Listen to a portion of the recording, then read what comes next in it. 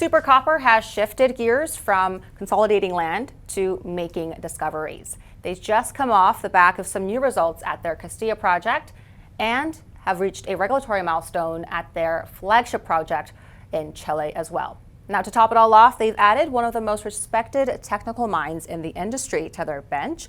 Let's dive into what this looks like for Super Copper. We've got CEO Zach Dolesky. Zach, good to see you again. Likewise, thanks for having me. So like I said, the last time we spoke, you were busy consolidating your land package in the Atacama region. But since then, it really does feel like the era of proving has officially begun. Talk to us about this transition. Maybe you can start us off with what you just reported on Castilla. Yeah, absolutely. So the last year has been very active in terms of doing work on the ground and building up the projects we have. Right now, we have 2 flagship projects, and we just announced results from our second project, which we acquired last year.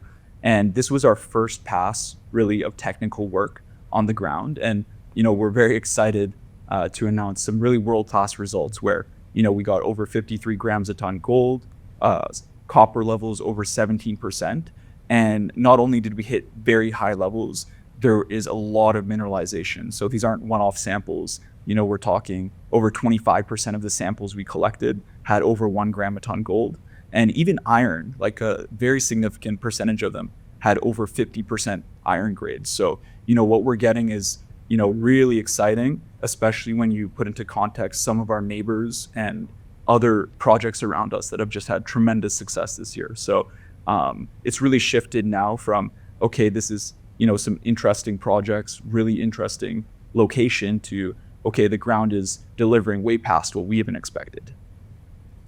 Well, I'm sure that's one of the key reasons why Mark Gibson has joined the company as technical advisor.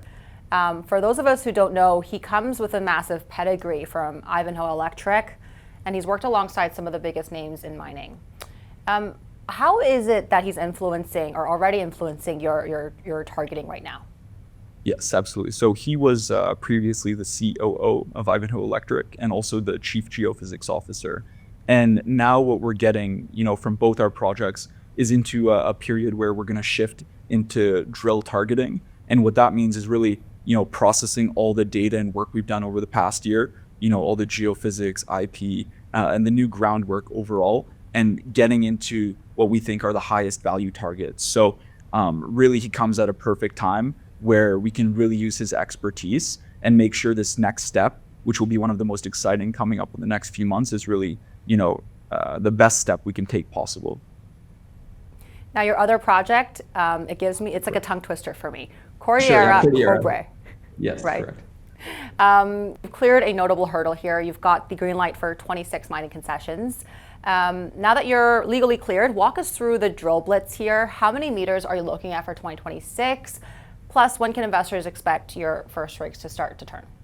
Yes, so we're actually about to announce some results from the groundwork we did, which includes all that IP, geophysics, etc., and essentially delineating where we're going to drill and what we're going to do. So that will all come in the next few weeks here, and that will guide exactly our plan for 2026. But from the preliminary information we're getting, it's looking very exciting. And in terms of the actual rest of the project, we're just going to keep it pressing. Mm-hmm. Now, this is a bit of a follow-up from what you mentioned earlier about finding something district scale rather than a few high-grade veins. Any specific smoking guns here that you're looking for to prove that you are looking at a large-scale system? Yeah, absolutely. So on our Castilla project, where we just announced samples, the main thing is obviously the grades being very high, which points to some potential source of these results. And the second element is the actual scale of it.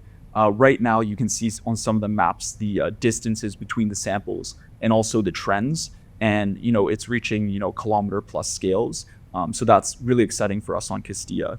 In terms of Cordillera, what we're going to be looking for in terms of the IP and mag and all the groundwork we're doing is really some high magnetism and some big potential anomalies showing up there. And what that will basically give us is a clear green light of, okay, we know exactly where we're looking to drill, and it will give us a good sense of scale.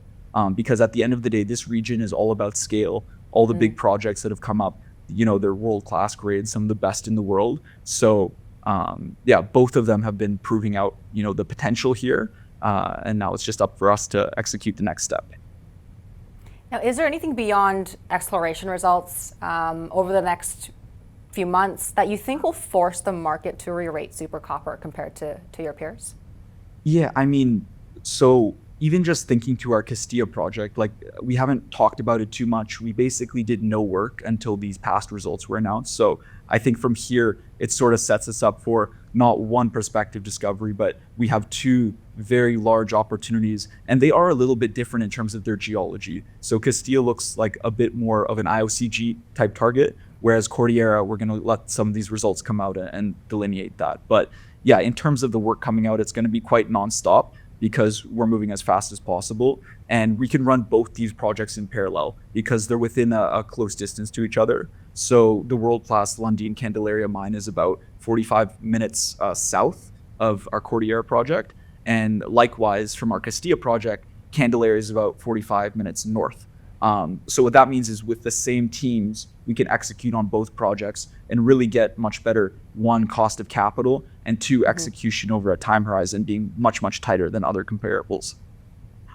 All right, well, we'll have to keep watching you. Good to see you again. We'll see you on the road very soon. Likewise. Thanks so much for having me. Zachary Dolesky is founder and CEO of CUPR. You can find full ticker symbols below for you. But as I always say, go to CEO.CA and search their ticker to see what the community is saying. Thanks for watching.